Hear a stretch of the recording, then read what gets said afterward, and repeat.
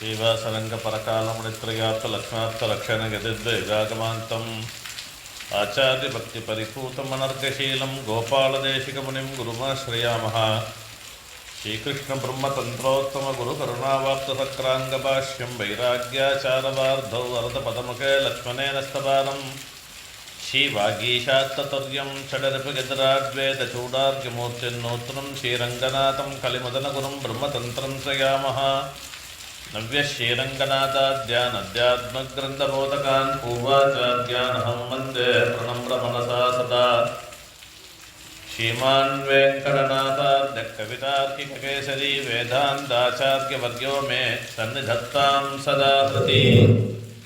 प्रायप्रपदने पुंसां पौनःपुण्यं निवारयन् हस्तश्रीरङ्गभर्तर्माम् अभयमुद्रितः उल्लासपल्लवितपालितसप्तलोकी निर्वाहको रकितनेमकटाक्षलीलां श्रीरङ्गहर्मिदलमङ्गलदीपरेखां श्रीरङ्गराजमहिषीं श्रियमाश्रयामः। श्रीविष्णुचित्तगुरुनन्दनकल्पवल्लीं श्रीरङ्गराजहरिचन्दनयोगदृश्यां साक्षाक्षमां करुणया कमलाभिमान्यां गोदामनन्यशरणशरणं प्रपद्ये। नीलातुङ्गस्तनगिरितटी सुप्तमुद्धोद्यकृष्णं पारात्यंशं शुचिसदसिद्धमध्यापयन्ती शोचिष्ठायां सजनिकलितं या बलात्कृत्य भुङ्क्ते गोदा तस्यै नमैतमिदं भूयेवास्तु भूयः। அன்னவயல் புதுவையாண்டாளரங்கற்கு பன்னதரப்பாவை முல்பதியம் இன்னிசையால் பாடிக் கொடுத்தாள் அப்பா மாலை பூமாலை சூடிக் கொடுத்தாளச் சொல்லு சூடிக் கொடுத்த சிலருடைய தொல்பாவை பாடி அருள வல்ல வல்லுளையாய் நாளடேறு வேங்கடவர் கண்ண விதிகந்த எம்மாத்தம் நாம் கடவா வண்ணமே நல்கு. கூடாரை வில்லும் சீர் கோவிந்தா உந்தன்னை பாடிப்பறை கொண்டு யாம் வருகன்மானம் நாடு புகழும் பரிசினால் நன்னாகச் சூடகமே தோள்வளையே தோடே செவிப்பூவே பாடகமே எந்தனைய பல்கலனும் யாமணிவோம் ஆடையுடுப்போம் அதன் பின்னே பால் சோறு மூடனை பெய்து முழங்கி விழிவார கூடியிருந்து குளிர்ந்தேலோர் எம்பாவாய். திருப்பாவினுடைய 27வது பாசரம். 27வது பாசரம் அந்த பரமபதத்தில் கிடைக்கக்கூடியதான அனுபவங்கள், மோட்சத்தில் கிடைக்கக்கூடியதான அனுபவங்கள் எப்படி இருக்குது அப்படின்னு சொல்லக்கூடியதான பாசரம். திருப்பாவையில் மொத்தம் 3 பாசரங்கள் ரொம்ப முக்கியமான பாசரங்கள்.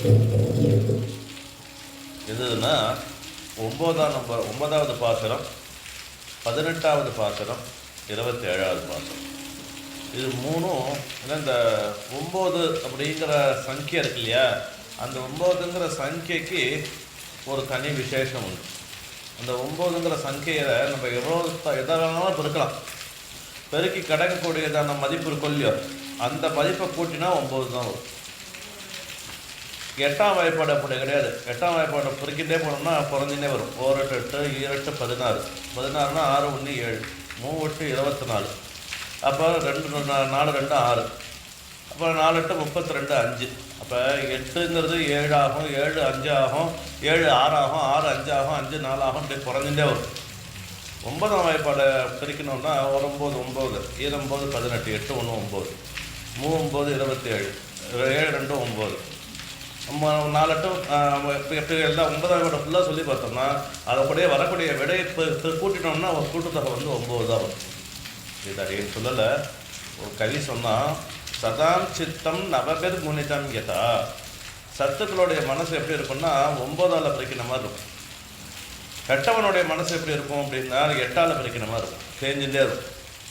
9ஆம் வாய்ப்பாடில் பிரிக்கிற மாதிரி எப்போதும் ஒரே மாதிரி எல்லா காலத்துலையும் ஒரே மாதிரி இருக்கும். சதாம் சித்தம் நவபெர் குணிதம் யதா அப்படின்னா அது மாதிரி இந்த 9ங்கிற சங்கியை என்றைக்குமே மாறாது. நமக்கு எல்லா எதற்குனாலும் கிரகங்கள்லேருந்து ஆரம்பித்து எல்லாம் இந்த 9ஓட சங்கியில் தான் இருக்கும். அது பார்த்தா தெரியும் நமக்கு. ஆக இப்படி இருக்கக்கூடியதாக, ஏன்னா இப்போ நட்சத்திரங்கள் எல்லாம் 9ஓட சங்கியை தான், கிரகங்கள் 9ஓட சங்கியை தான். ஸ்ரீமத் ராமாயணத்தோட முக்கியமான கட்டங்கள், பெருமாள் அவதாரமாக இருக்கட்டும், சீதா விவாகமாக இருக்கட்டும், பாதுகாப்பு விஷயமாக இருக்கட்டும், ஒவ்வொரு காண்டங்கள்லேயும் முக்கியமான நிகழ்ச்சிகளை சொல்கிறது 9ங்கிற சங்கியை வர மாதிரி இருக்கும். அது இங்கே ஸ்ரீமத் ராமாயணத்து ஒரு விசேஷம். அது மாதிரி இங்கே திருப்பாவையில் 9வது பாசுரம், 18வது பாசுரம், 27வது பாசுரம், இந்த 9 ரொம்ப விசேஷமான பாசுரங்கள். அதில் முதல் 9வது பாசுரம் எதுன்னா, தூமணி மாடத்து சுத்தும் விளக்கறிய தூபம் கவழ துயிலனமேல் கண்வளரும் மாமான் மகளே மணிக்கதவன் தாழ்கிறவாய் மாமீர் அவளை கழிப்பீரோ உண்மகள்தான் ஊமையோ அன்னை செவிடோ அனந்தலோ ஏமத்தொருந்துயில் மந்திரப்பட்டாலோ மாமாயன் மாதவன் வைகுந்தன் என்னன்னு நாமம் பலவும் நவின்னேலோரம்பாவாயின்னு அந்த பெண் பிள்ளை எழுப்பக்கூடிய பாசுரங்களில் அமைஞ்சிருக்கக்கூடியதான ஒரு பாசுரம். அந்த பாசுரத்தில் இந்த முக்தாத்மாவுடைய சரீரம் எப்படி இருக்கும் அப்படிங்கிறத வர்ணித்தார்கள் தூமணி மாடம் அப்படிங்கிறதுனால. அதனால அது முக்கியமாச்சு. அதுக்கப்புறம் 18வது பாசுரம், உந்து மதகளிட்டன் ஓடாத தோல்வலையன் நந்த கோபாலன் மருமகளே நப்பின்னாய் நந்தம் கவழும் குழலி கடதரவாய் வந்தங்கும் கோழி கழைத்தனகான் அப்படின்னு நப்பின்னை பிராட்டியின் இடத்துல புருஷகார சரணாகதி பண்ணார். அதுக்கு மேலே 27வது பாசுரத்தில் கூடாரை வெல்லும் சீர்.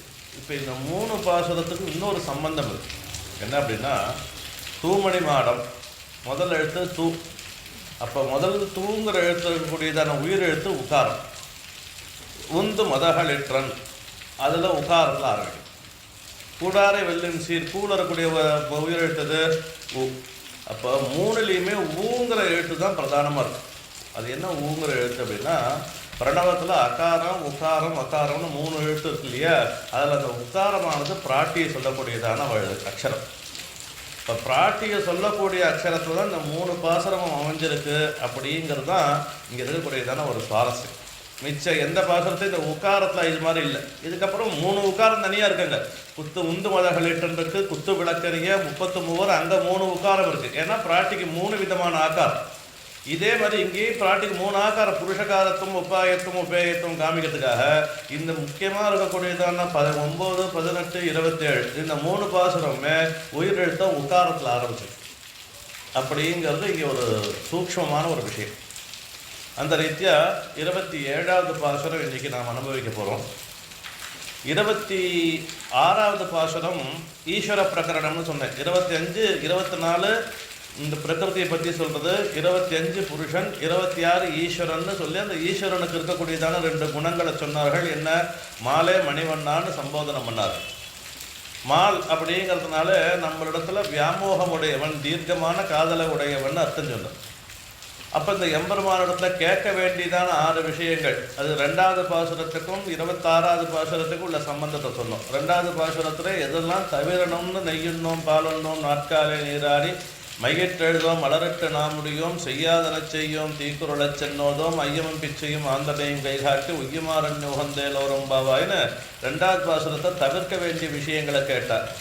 இது 26வது பாசுரத்தில் வேண்டியதான 6 கைக்கொள்ள வேண்டியதான 6 விஷயங்களை சொன்னார்கள். உய்யும் 6ன்னு அங்கே சொன்னது தான் இங்கே காமித்தார்கள் அப்படின்னு சொன்னோம். அது என்ன 6 காமிச்சார்கள் அப்படின்னா, மாலை மணிவண்ணா மார்கழி நீராடுவான் மேலையார் செய்வர்கள் வேண்டுவன கேட்டியல் ஞானத்தை எல்லாம் நடுங்க முரல்வன பாலண்ண வண்ணத்துன் தாங்குசன்னியமே பூரண சங்கங்கள் பொய்ப்பாடுகளவே சால பெரும்பறையே பல்லாண்டு செப்பாறு கோல விளக்கு கொடியே விதானமே ஆளுநிலையாய் அருளையோரம்பாவாயின்னு 6 விஷயங்களை இங்கே கேட்டார்கள். அந்த 6 விஷயத்தை தவிர சொன்னார்.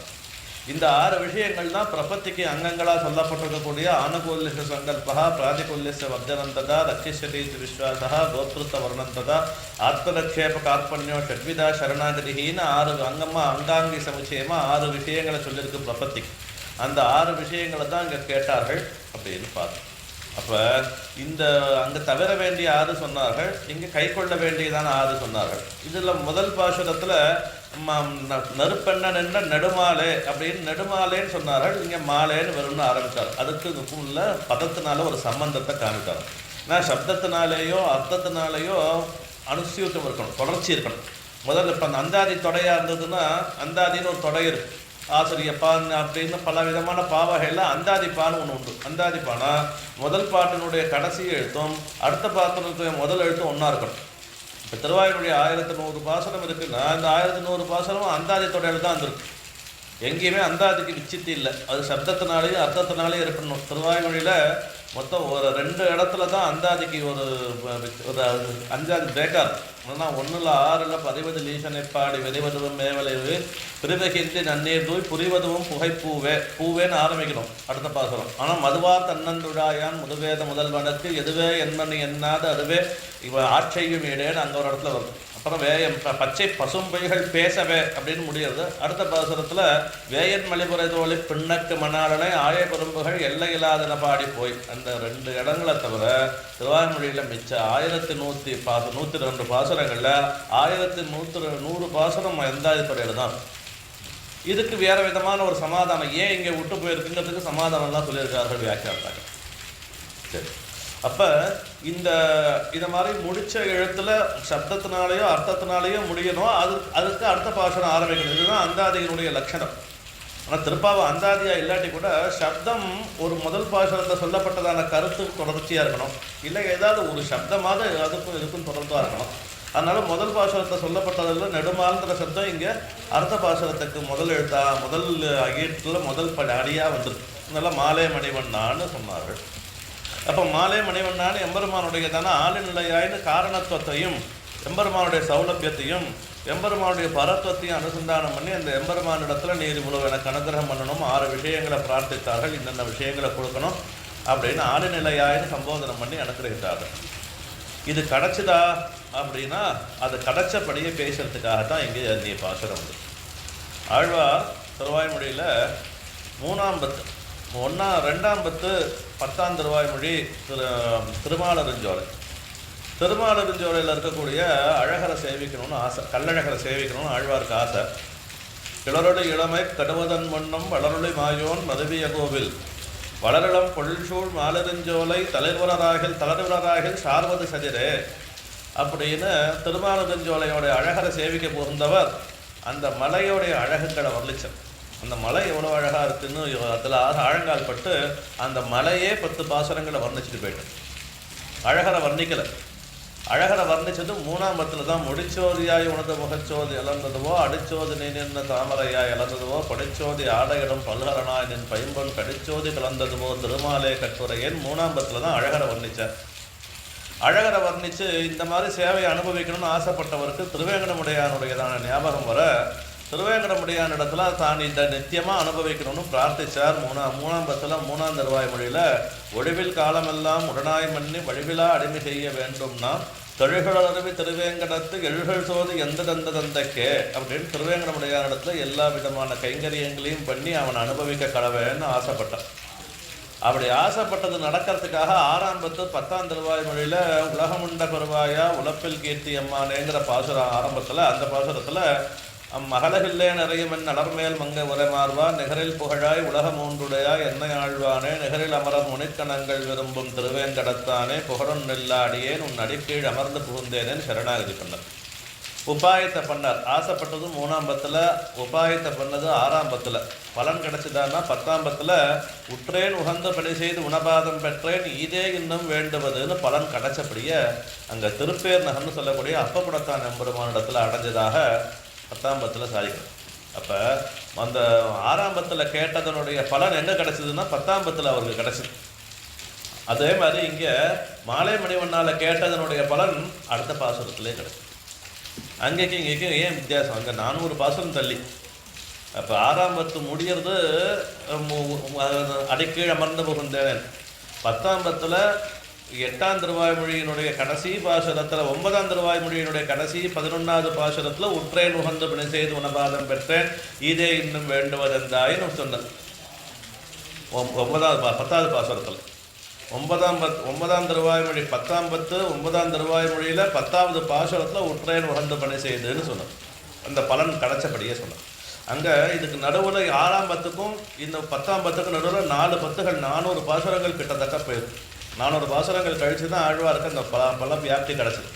இதுக்கு என்ன காரணம்னா கீழே முதல் திருவாய்மொழி உயர்வரவங்களில் முடியல் செய்ய பரநடி மேல் குருகூர் சடகோகம்னா 1010ன்னு முதல் பாசுரம் முதல் திருவாய்மொழி முதல் 10 திருவாய்மொழி அந்த 10 பாசுரங்கள்லேயே 11ஆவது பாசுரத்தில் 1000 பாசுரம் சொல்ல போகிறேன்னு புதுக்கி பண்ணிவிட்டேன். இது 6ஆம் பத்தில் வந்தோடனே இவர் கேட்டால் மோட்சம் கொடுத்துட்டா இன்னும் 400 பாசுரம் வரணுமேன்னு பெருமாள் பேசாமல் இருந்தார்னு அங்கே வியாக்கியானம் பண்ணார். ஆனால் திருவேங்கடமுடையான் இடத்துல சரணாகதி பண்ணிவிட்டார். சரணாகதி பண்ணால் உடனே பலன் கிடைக்கணுமே, கிடைக்கல. ஆழ்வார் இது என்னடா காரணம் இருக்கு? அடுத்தது நான் 7ஆம் பத்து அடுத்தது வருது. 7ஆம் பத்தில் முன்னிலாவி ஐவரால் அழ ஆரம்பிக்கிறார் பெருமாள் இடத்துல. இதுக்கு என்ன காரணமாக இருக்கும்னா அதுக்கு அழகாக திருஷ்டாந்தம் சொன்னார். நம்ம ஆட்டுக்கு ஒரு விருந்தாளி வந்துட்டான்னா ஆற்றுல கொஞ்சம் தான் சாப்பிட்ற குழந்தைகளுக்கு தான் சாப்பிட வச்சுருக்கா தாயார். அன்றைக்கி திடீர்னு விருந்தாளி வந்துட்டான். சரி குழந்தை பட்டினி கிடக்கட்டும்னு சொல்லி அந்த விருந்தாளிகளுக்கு உபச்சாரம் பண்ணுறா தாயார். எப்படி இருக்கிற சாமான அவளுக்கு போட்டு குழந்தைகளுக்கு அப்புறம் கொடுத்துக்கலாம், அழுதாலும் பரவாயில்ல அப்புறம் கொடுத்துக்கலான்னு எப்படி தாயோட அதித்தி சத்காரம் பண்ணுவோமோ அது மாதிரி பெருமாள் ஆழ்வார் துடிச்சா பரவாயில்ல சம்சாரிகளுக்கு திருவாமொழி கிடக்கட்டும்னு பேசாமல் இருந்தாலும். அதனால் 4 பத்து தள்ளி விட்டார் பாரு ஆழ்வார். அதனால் ஆழ்வார் ஆனால் அதை கொடுக்க மாட்டாத குழந்தைக்கோ பசி ஜாஸ்தியாக இருக்குது, தாயாருக்கோ வந்தவாளுக்கு கொடுக்கணும். அதனால பொறுமையாக இருந்த பெருமாள் பேசாமல் இருந்தார், சேவை சாதிக்காமல் பேசாமல் இருந்தார். ஆழ்வார் தன்னுடைய பசி மேலிட்டால மேலே உன்னிலாவியரால் பதிகம் 7ஆம் பத்து வந்தது, தேவி மாதாவார் 8ஆம் பத்து வந்தது, அப்புறம் 9ஆம் பத்து கொண்ட பெண்டீர் 9ஆம் பத்து வந்தது, அப்புறம் தாளதாமரை 10ஆம் பத்து வந்தது. இப்படி தாளதாமரை வந்தோடனே சரி நீ சொன்னால் 1000 பாசம் வந்துடுத்து, இனிமேல் உன்னை கணுகிரம் பண்ணுறேன், உன்னை தன்னுடைய சோதி கழிச்சுன்னு போகிறேன்னா சூழ் விஷம் பண்ணி புனிய நான் முனை சொல்லி தலை கட்டினார் திருவாமொழி. இப்படி தான் திருவாமொழியினுடையதான ஒரு சைலி போயிருந்து. அப்போ இவர் உபாயம் பண்ணி பல வியாப்தி 4 பத்து தள்ளி. ஆனால் இங்கே முதல் பாசுரத்தில் உபாயம் மாலை மணிமன்னாங்கிறதுல இந்த பக்திக்கு இந்த பிரபத்திக்கு தேவையான விஷயங்கள் எல்லாம் கேட்ட ஆளுநிலையாய் அருள்னு பிரார்த்திச்சார்கள். அடுத்த பாசுரத்தில் என்னென்னலாம் கிடச்சிது, என்னென்ன பாரிதோஷிகம் கிடச்சிது, தனக்கு என்னென்ன விருதுகள் கிடச்சிதுங்கிறத இன்னைய பாசுரம் 27ஆவது பாசுரத்தில் காமிக்கிறார்கள். அப்போ இந்த எம்பெருமானுக்கு இருக்கக்கூடியதான ஒரு ஆச்சரியமான ஒரு திருநாமம், சவுலப்பத்தியே சொல்லக்கூடியதான திருநாமம். இந்த பாசுரம் தொடங்கி எதுலேருந்து கூடார வெல்லும் சீர் கோவிந்தாங்கிற அந்த பாசுரத்தை தொடங்கி 3 பாசுரங்களில் கோவிந்த நாமம். திருவாய்மொழியில் 3 இடங்களில் நாராயண நாமம், 3 இடங்களில் கோவிந்த நாமம் இருக்குது. எல்லாம் 3 இருக்கும். 3 இடத்துல கோவிந்த நாமம் இருக்கும், 3 இடத்துல கோவிந்த நாராயண நாமம் இருக்கும். அதே மாதிரி 3 இடத்துல வாமன அவதார விஷயம் இருக்கும். என்ன முதல்ல ஓங்கி உலகளந்த அம்பரம் மூடறுத்து ஓங்கி உலகளந்த அன்னை உலகம் வளர்ந்தா 3 இடத்துல இருக்கும். பிராட்டியை சொல்கிறச்சே 3 இடத்துல இருக்கும். இந்த 3 இரட்டிப்பு தான் 9. அதனால 9வது 27ஆவது பாசுரத்தில் என்ன ஆரம்பித்து 3 திருநாமத்தில் கோவிந்த திருநாமம் கோவிந்த நாமத்தை சொன்னார். அதான் ஏன்னா அந்த கோவிந்தாங்கிற நாமமே 3 எழுத்துடைய நாமம். அதனால 3 தடவை சொன்னோம். மொய்த்தவள் நிலையில் நின்று 3 எழுத்துடைய பெயரால் கத்திர பந்து பண்ண பராங்கதி கண்டு கொண்டான் எத்தனையும் அடியனானார்க்கு இறங்குனம் அரங்கனாய பித்தனை பெத்து வந்தோ பிறவிகள் பிறங்குமாறு அப்படின்னு திருமாலையில் ஆழ்வார் கேட்டார். அப்போ இந்த கோவிந்த நாமமே 3 திருநாமம் 3 அக்ஷரமாக இருக்குது. அந்த கோவிந்த நாமத்தை 3 தடவை உச்சாரணம் பண்ணோம். எல்லாமே அநேகமாக 3 தடவை வந்திருக்கிறதுனால இதுவும் 3 தடவை உச்சாரணம் பண்ணியிருக்கா அப்படின்னு காமிக்க போகிறார். அதில் எம்பெருமானுக்கு இருக்கக்கூடியதான ஒரு குணத்தை சொல்லி ஏற்றுறார்கள். கூடாரை வெல்லும் சீர் கோவிந்தா, கூடாரை வெல்லும் சீர் கோவிந்தா. கூடாரை அப்படின்னா எம்பெருமானோட கலக்காதவர்களை வெல்லக்கூடிய சீர்மையை உடையவன் அப்படின்னாங்க. சரி, யார் யாரெல்லாம் எம்பெருமானோட கலக்கலை அப்படின்னா முதல்ல அது 4 பேர். கூடார்னா ராவணாதிகள் மாத்திரம் கூடார் அல்ல, எம்பெருமானோட கலக்காதவர்கள் 4 பேர். யார் யாருன்னா முதல்ல நம்மாழ்வார் உள்ளிட்டார், அப்புறம் திருமங்கை ஆழ்வார் உள்ளிட்டார், அதுக்கு போல நம்ம போல இருக்கக்கூடியவர்கள், அப்புறம் ராவணாதே. இப்படி 4 கேட்டகரியாக பிரிக்கின்றார். நம்மாழ்வார் எம்பெருமானோட கூடலையா அப்படின்னு கேட்டால் நம்மாழ்வார் கூடலை. எங்கே அப்படின்னா 1ஆம் பத்து அஞ்சனேய மடநாராய் அனுசந்தானம் பண்ணார். அஞ்சனேய மடநாராயில் தான் ஒரு பெண்ணுடைய தன்மை ஏறிட்டு தனக்கு முன்னாடி இருக்கக்கூடிய அன்னபக்ஷிகளை பார்த்து பேசக்கூடியதாக அன்னனத்தையும் நாரைகளையும் பறவைகள் தன்னுடைய இணையோடு இருக்கக்கூடிய பறவைகளை பார்த்து பேசக்கூடியதாக அந்த அஞ்சனேய மடநாராய பதிகம் வந்தது. அதில் அயர்பிலன் அலற்றுவன் தழுவன் வணங்குவன் அமர்ந்தே அப்படின்னு முடிச்ச. இப்படி எம்பெருமானோட சர்வவிதமான சம்ஸ்லேஷமும் கண்ணனும் அப்படின்னு ஆசை பிறந்து இப்படி எம்பெருமானை அனுபவிக்க பார்த்தார். அது கைகூடாதனால தனக்கு ஏற்பட்ட சோகத்தை வெளியில் காமிக்கிறதுக்காக தனக்கு முன்னாடி ஜோடி ஜோடியாக போகக்கூடிய பறவைகளை பார்த்து நீங்கள் சௌக்கியமாக இருக்கல, எனக்கு எம்பெருமான் இடத்துல போய் சேர்க்கக்கூடாதான்னு அந்த பறவைகள் இடத்துல கேட்டதாக இந்த அஞ்சனேய மடநாராய் பதிகம் வந்தது. இப்படி அஞ்சனேய மடநாராயில் ஒரு பதிகம் இருக்கு. அவராவி துவராவுன் அருளாழி புட்கடவீர் அவர்வீதி ஒரு நாள்னு அருளாழி அம்மானை கண்டக்கால் இது சொல்லி அருளாழி வரிவண்டே யாமம் என் பிழைத்தோமேன் வண்டுட்ட கேட்கக்கூடியதாக ஒரு பாசனம் அமைஞ்சிருக்கு. நீர் எப்போ எனக்கு அனுகிரகம் பண்ணணும்னா அவர் ஆவி துவரா முன் பதம். ஆவி துவர்தல்னா என்னோட ஆவி ஒன்றுமே இல்லாமல் காஞ்சி போகிறதுக்கு முன்னாடி, சுஷ்கமாகி ஒன்றுமே இல்லாததுக்கு முன்னாடி எனக்கு அனுகிரகம் பண்ணணும்னு பிரார்த்தித்தேன். இதுக்கு முன்னாடி எலும்பு தேஞ்சபடியெல்லாம் சொன்னார். ஏன்னா உடம்புல ஏற்படக்கூடிய விரகத்தினால ஏற்படக்கூடியதான உடம்புல ஏற்படக்கூடியதான ஒரு விகாரங்கள் எல்லாம் சொன்னார். நாச்சியார் திருமொழியிலும் இப்படி சொல்லியிருக்கார். தாமுகத்தன் தங்கையில் சங்கமே போலாவாங்கிற பதிகத்தில் நீ கையில் சங்கு வச்சுருக்க, ஆனால் நான் கையில் சங்காலான வலைகள் போட்டிருந்தேன். சங்கு தங்கம் ஒன்னங்கை கொங்கை தங்கல் உற்றவன் அப்படின்னு திருமொழி சிவரான். கையில் பெருமாள் சங்கு வச்சுருக்க, பிராட்டி கையில் சங்காலான வலைகளை போட்டுருக்க. இன்னைக்கு பெருமாளுடைய விரக தாபம் ஏற்பட்டு போட்டு பிரிவாற்றாமையில் இந்த பெண்ணுக்கு விரகம் இருந்தது. எப்படி இருந்ததுன்னா, தாமும் தம் கைவளையை கடல்வளையே ஆக்கினர். கைவளையை கடல்வளையாக்கினர். கையில் போட்டிருந்ததான அந்த வளையலானது உடம்பு மெலிஞ்சு போயிடுது. அதனால் கையில் நிற்காம கீழே விழுந்துடும். அந்த வலை எங்கே மாட்டின்றான்னா காலில் மாட்டிக்கிறாங்க. அப்போ காலில் இழைச்சி போயிடுத்து, கை இழைச்சி போயிடுது. அதனால் கையில் போட்டுக்கிற வலையை என்றைக்கா நம்மளால் காலில் போட்டுக்க முடியுமோ? அவள் காலில் போட்டுக்கிற அளவுக்கு இழைச்சி போயிட்டான். தாமும் தம் கைவலையை கடல்வளையே ஆக்கினரே அப்படின்னு காமுகத்தன் தங்கையில் பதிகத்தில் சொன்னார். அப்போ ஆண்டாள் உள்ளிட்டார்களே இப்படி ஒரு வியாமோகம் காதல் ஏற்பட்டது. எம்பெருமான் ஆழ்வாருக்கும் இது ஒரு முதல்ல சரீரம் மெலிஞ்சது, மெழுகு நோய் தீர்க்கும் கண்ணன்னர் இப்படி மெழுகு ஏற்பட்டது. அப்புறம் எலும்பெல்லாம் சல்லடையாயிடும். பகவன் நாம சொல்றச்சே ஊசியை வச்சு குத்துற மாதிரி ஆச்சான் எலும்பு.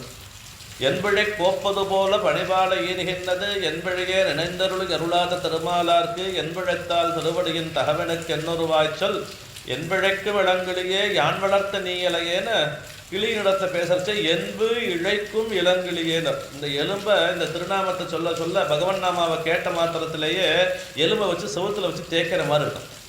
அவ்வளவு தாங்க முடியல அந்த விரகம். அந்த பகவன் நாமாவை கேட்கறது கூட தாங்க முடியாத அளவுக்கு அந்த விரக தாபம் ஜாஸ்தியாக போயிட்டு. அப்போதான் வண்டுகிட்ட பார்த்து பேசுகிறா, அவராவி துவராமுன் அவ அருளாழி புட்கடவீர் அவர் வீதி ஒரு நாள். ஆவி துவராமுன் என்னுடைய உசுர் காஞ்சி போகிறதுக்குள்ள ஒரு நாள் எனங்காத்து வாசலில் நான் பார்க்கணும். அதுக்காக கையில் திருவாழி திருச்சங்கத்தை ஏற்றிட்டு கருடாருடனா நான் பார்த்து வாசல் வழியாக அவர் போக சொல்லு. என்னை பார்க்க சொல்லாத, நான் பார்க்கறதுக்கு போக சொல்லு, என்னை பார்த்துட்டே போக வேண்டாம் அப்படின்னு வண்டுகிட்ட பேசுறதாக அந்த பாசனம்.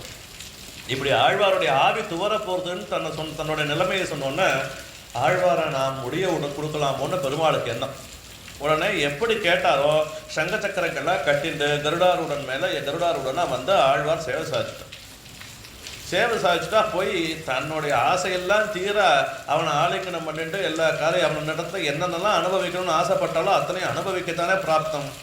ஆனால் பார்த்தாரான், ஐயோ நான் போய் இவனை போய் கூடுறதா, நான் போய் கூட மாட்டேன்னு ஒதுங்கினேன். வளவேள் உலகின் முதலாய வானோர் இறையை அறுவினையேன் களவேள் வண்ணை தொடுகுண்ட கல்வா என்பன் பெண்ணையும் தளவேள் முறுவல் புன்னக்காய் வல்லா நாயர் தலைவனாய் இளவேரேழும் தழுவிய எந்தாய் என்பன் நினைந்தனைந்துள்கரைந்துருகி இமையோர் பலரும் முனிவரும் புனைந்த கண்ணநீர் சாந்தம் புகையோடெந்தி வணங்கினால் நினைந்த எல்லா பொருட்கும் வித்தாய் முதலில் சிறையாமே மனந்தை ஞானத்தொன்பெருமை மாசூனாதோ மாயோனிகளாய் நடகத்த வானோர் பலரும் முனிவரும் நீ யோனிகளைப் படையென்று நிறை நான்முகனைப் படைத்தவன் தேயோன் எல்லா அறிவுக்கும் திசைகளெல்லாம் தாயோன் எல்லா ஒவ்வுயிருக்கும் தாயோன் தானோர் ஒருவனே இப்படின்னு ஆழ்வார் அந்த வளவேழுலகில் எம்பெருமானோட கூட மாட்டேன். நான் வளவேழுலகின் முதலாய வானோர் இறை நான் ஆசைப்பட்டது சாமானியம் இல்லை, எல்லா தேவதைகளுக்கும் சுவாமியாக இருக்கிறவனை போய் ஆலிங்கனம் பண்ணிக்கணும்னு நினச்சிட்டேனே. என்ன ஒரு முட்டாள்தனம்! அவனுடைய நிலைமை என்ன? அம்மான் ஆழிப்பிரான் அவன் எவ்விடத்தான் யானார், அவனுடைய இடம் என்ன, அவனுடையதான மதிப்பு என்ன, அவனுடைய பெருமை என்ன, நான் எவ்வளோ பட்டவன், அவன் எப்பேற்பட்ட மகா பாப்பியான நான் எங்க, சர்வஸ்மாத் பரனா இருக்கக்கூடிய அவன் எங்க, அம்மா நாழிப்பிரான் அவன் எவ்விடத்தான் யான் யார், நான் எந்த மூலையில் இருக்க முடியும், அவனுக்கு முன்னாடி ஒன்றுமே இல்லையே. அப்பேற்பட்ட அந்த சர்வேஸ்வரனை கல்வன்னு சொல்லிட்டேனே. வளவேள் உலகின் முதலாய வானோர் இறையை அருவினையேன் களவேள் வெண்ணை தொடுமுண்ட கல்வா என்பன் பின்னையும் போய் என்னுடைய நாக்கு கூசாமல் அவனை போய் திருடன்னு சொல்லிவிட்டேனே கண்ணனை. நான் யார் அது சொல்கிறதுக்கு? யசோதை சொன்னால் அது தகும், நானா சொல்லலாம் அப்படின்னு சொல்லி. ஏன்னா நான் என்னுடைய நிலைமையை யோசித்து பார்க்க வேண்டாமா? நான் எப்பேற்பட்ட திருடன், நானே திருடன், நான் இன்னொருத்தனை போய் திருடன்னு சொல்லாமோ? அப்படி சொன்னேனேன்னு ஆழ்வார் வயிறு பிடிச்சுன்னா இந்த பெருமாளோட கூட மாட்டேன்னு ஒதுங்கினேன். என்ன பெருமாள் கேட்டாராம், ஓ ஆழ்வேர், உமக்காகத்தானே நீ கேட்ட, உம்முடைய ஆவி துவரக்கூடாதுங்கிறதுனால தானே இப்படி வந்து உமக்கு சேவை சாதிச்சேன். நான் வந்ததுக்கப்புறம் என்னிடத்துல கூப்பிட மாட்டேன்னு சொல்கிறீரே, இது எந்த விதத்தை நியாயம் அப்படின்னு ஒன்று கேட்டார். சுவாமி, நான் கூடினா உமக்கு எனக்கு லாபம், நான் ஆசைப்பட்டது அந்த விஷயம் எனக்கு லாபம். ஆனால் உம்முடைய பெருமைக்கு அது இழுக்கு. நான் கூடுறது உம்மோட சேர்றதுங்கிறது உம்முடைய பெருமைக்கு இழுக்கு. அதனால் இந்த காரியத்தை பண்ண மாட்டேனும். என்னுடைய பெருமைக்கு இழுக்கா எப்படி சொல்கிறீன்னு ஒன்று சொன்னார். நான் என்ன சுவாமினா, ஒரு நித்திய சூரிகளாக இருக்கக்கூடிய அனந்தகரட விஸ்வக்ஷேனாதிகள் உனக்கு கைங்கரியம் பண்ணுறார். எப்படி கைங்கரியம் பண்ணுறான்னா, இது சந்தனம் அரைச்சி பெருமாள் திருமையில் சாத்திரம். சந்தனம் அரைக்கிறதுக்கு ஜலம் விட்டுலாம் அரைக்கிறது இல்லை. அவர்கள்லாம் நினைந்து உள்கரைந்து உருகி இமையோர் பலரும் முனைவரும் துணைந்த கண்ணநீர் சாந்தம்.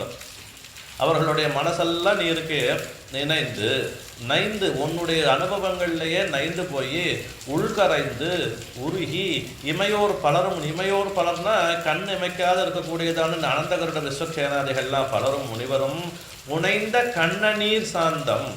அவர்கள் அரைக்கிறச்சு ஜலம் விடுறதில்ல, கண்ணிலேருந்து கத்கதமாக ஜலம் வருது. அந்த ஜலத்தில் சந்தனம் அரைச்சி உனக்கு சமர்ப்பிச்சான்னா, நினைந்த எல்லாம் கண்ணநீர் சாந்தம் புகையோடு வந்து வணங்கினால் அவ சமர்ப்பிச்சு இவ்வளவு பாவசுத்தியோட உனக்கு சமர்ப்பிக்கக்கூடியதான இந்த சந்தனாதிகள்லாம் இருக்கு. அதெல்லாம் உன்னுடைய பெருமை இருக்க. நினைந்த எல்லா பொருள்களுக்கும் வித்தாய் முதலில் சிதையாமே மனஞ்சை ஞானத்து உன் பெருமை மாசூனாதோ.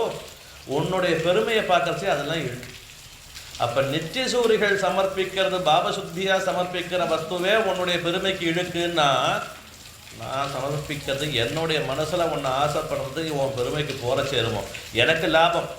ஆனால் உன்னுடைய பெருமைக்கு அது இழுக்கம் இல்லையோ, அதனால உன்னோட கூட மாட்டேன்னு இப்படியா நான் சொல்கிறேன்னு சொல்லி பெருமாள் தன்னுடைய வாமனாவதார லீலைகள்லாம் காமிச்சு. அதனால சொன்னார், மதியினால் குரல் நானாய் உலகிறந்த கல்வர்க்கு மதியிலேன் வல்வினையே மாளாதோ என்ன ஒருத்தி மதியெல்லாம் உள்கலங்கி மயங்குமால் எண்ணீரே. மதியினால் குரல் நானாய் உலகிறந்த கல்வர்னு தன்னுடைய வாமனாவதார லீலைகளை இந்த ஆழ்வாரை வலைப்படுத்தணுங்கிறதுக்காக வாமனாவதார லீலைகள்லாம் எம்பெருமான ஆழ்வாருக்கு காட்டி கொடுக்க, இந்த எம்பெருமானம் ஒரு நாளும் விடமாட்டேன்னு அந்த திருமொழி முடியும். இவனை போய் விடுவேனோ என் விளக்கு என்னாவியே நடுவே வந்து கொள்கின்ற நாதனை தொடவே செய்து இள ஆட்சியர் கண்ணில் விடவே செய்து விழிக்கும் பிரானையே அப்படின்னு.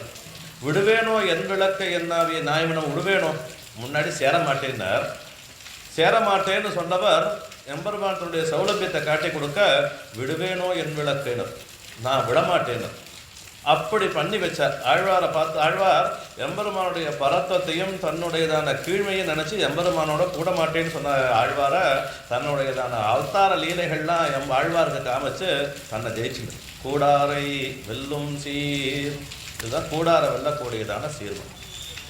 இது ஆழ்வார் மாதிரி காதலில் நைந்தவர்கள். திருமங்கை ஆழ்வார் மாதிரி இருந்தார். வாழியரோ மாயோனே வாழ்வழியால் மந்திரங்குள் மங்கையர்கோன் தூயோன் சுடர்மானவேல் அப்படின்னு அவருடைய தனியன். எல்லாரும் ஆச்சாரியனிடத்தில் கீழே உழுந்து சேவித்து தெரிஞ்சுக்க வேண்டிய மந்திரத்தை இந்த மனுஷன் கத்தியை காமிச்சு மிரட்டி தெரிஞ்சினோம். அப்படி இருக்கக்கூடிய ஆழ்வாருக்கு செல்ல பிள்ளை, கடைசி பிள்ளையோ இல்லையோ, கடைசி ஆழ்வாரோ இல்லையோ, அதனால எதுவாக இருந்தாலும் கொஞ்சம் துள்ளலாக பேசும். சிந்ததன்னுள் நீங்கா திருந்த திருவே மதுவனிக மைந்தா அந்த நாளி மாலை சோழ மலகளிரே நந்தா விளக்கின் சுடரே நரையூர் நின்ன நம்பிக நெந்தாய் இந்தளூராய் அடியேர் கிரையும் இறந்தாயே. திருந்தலூர்னு ஒரு திவ்ய தேசம், மாயவரம் பக்கத்தில் இருக்கக்கூடியதான ஒரு திவ்ய தேசம்.